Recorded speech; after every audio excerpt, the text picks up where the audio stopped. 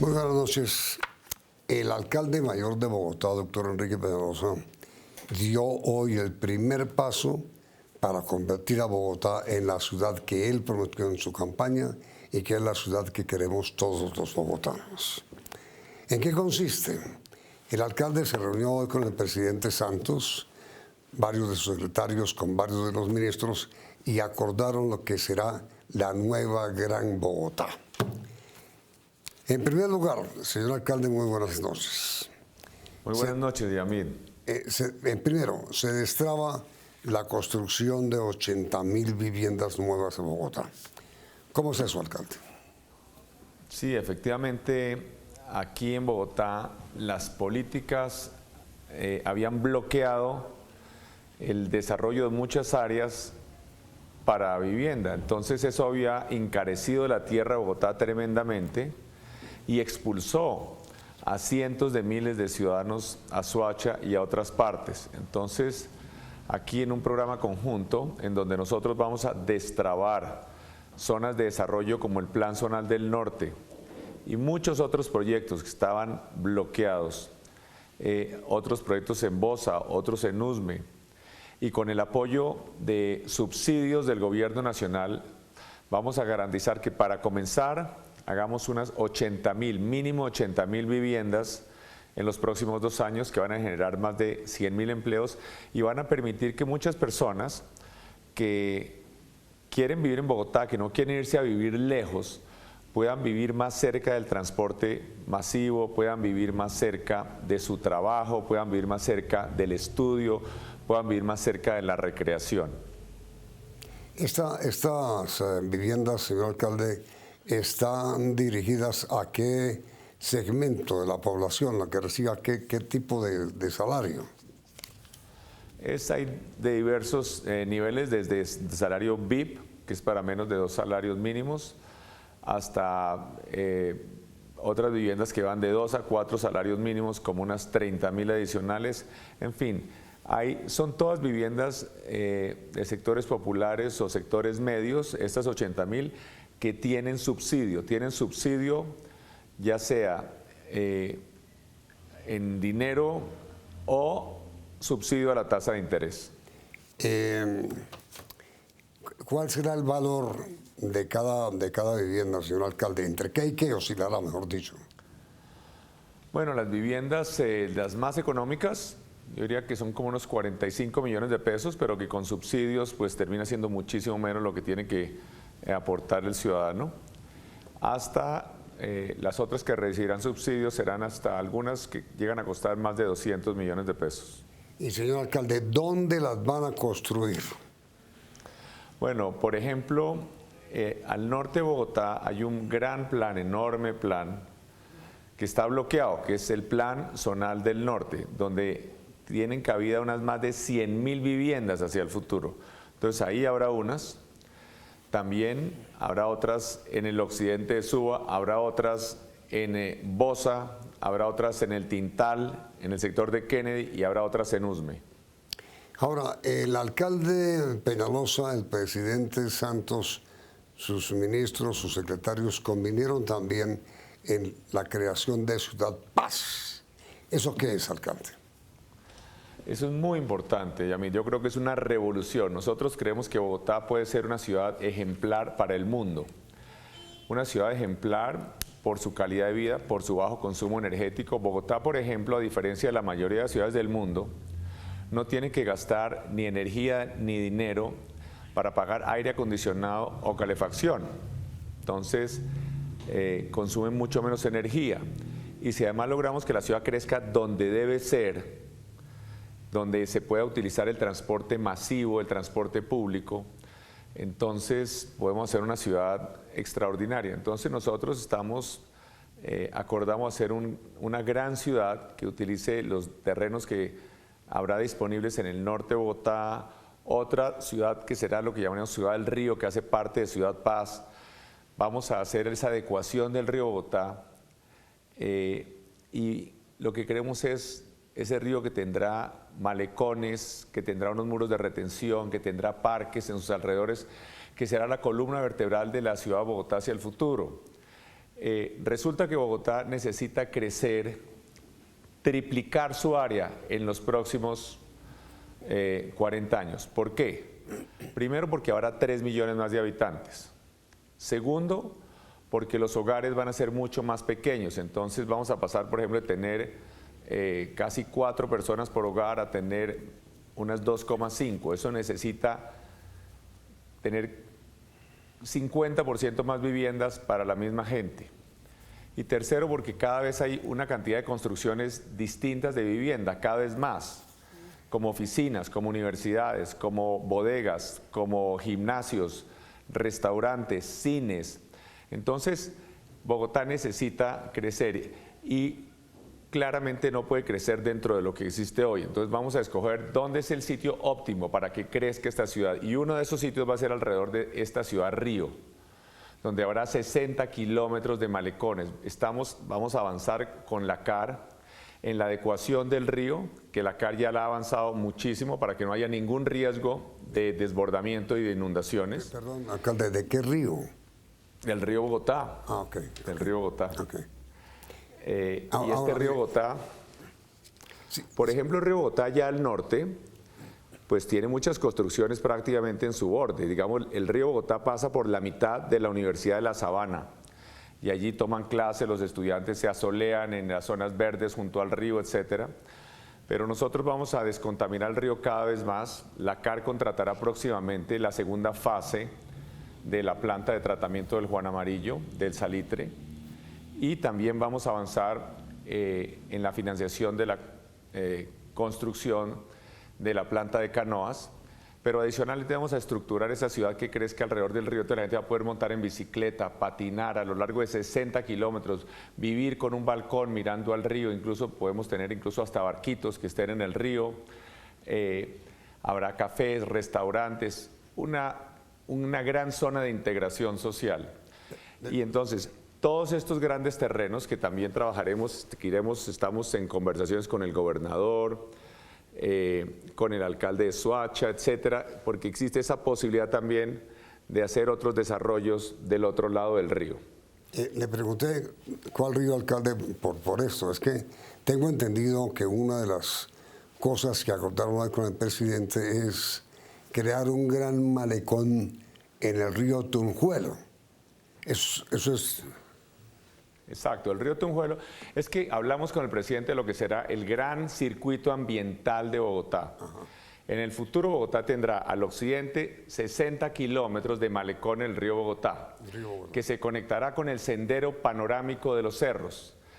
Los cerros, por ejemplo, en las últimas semanas han perdido más de 300 hectáreas por incendios forestales, porque no hay cómo llegar, los bomberos no tienen cómo llegar. Entonces aquí vamos a tener un malecón, vamos a tener un sendero ambiental, rompefuegos, donde habrá un tubo de acueducto para poder apagar cualquier incendio, donde podrán llegar los bomberos, donde la gente podrá caminar y ir en silla de ruedas, en bicicleta, desde Chía hasta Usme, como unos 80 kilómetros con un paisaje espectacular de Bogotá al fondo. Esto, tanto el malecón del río como el sendero de los cerros serán dos sitios de integración social, donde va a ser tan maravilloso, donde los ciudadanos en el cerro, por ejemplo, van a ir a ver los helechos, las orquídeas, los encenillos, los robles y el paisaje de la ciudad abajo. Entonces allí se van a encontrar como iguales ciudadanos de ingresos altos y de ingresos bajos, lo mismo que en el malecón del río.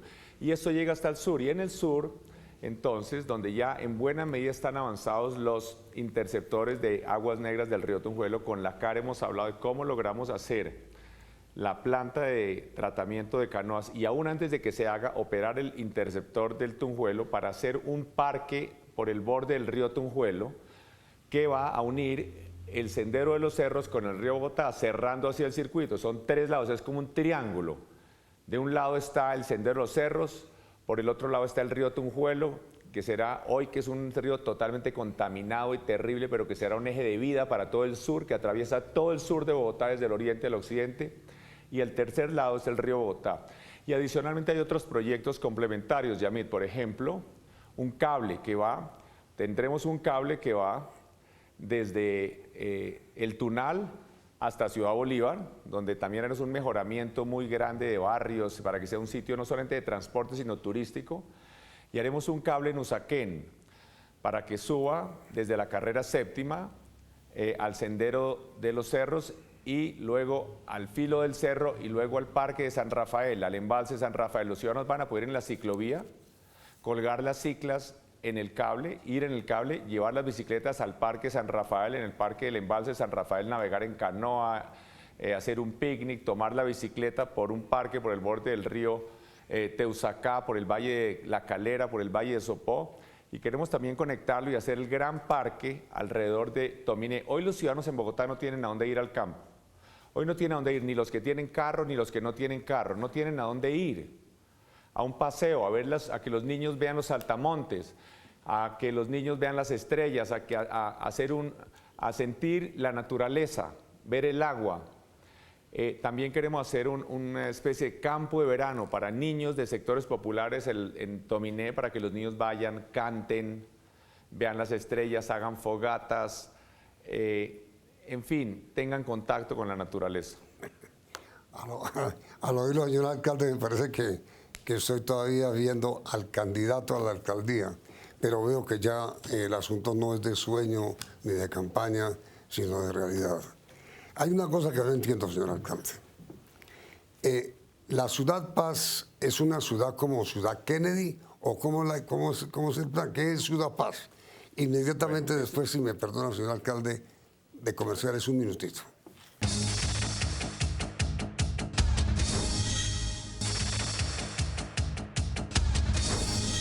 A ver, señor alcalde, ¿cómo es la idea de Ciudad Paz? ¿Es una ciudad, son dos ciudades, son tres ciudades o cómo es? Muy importante.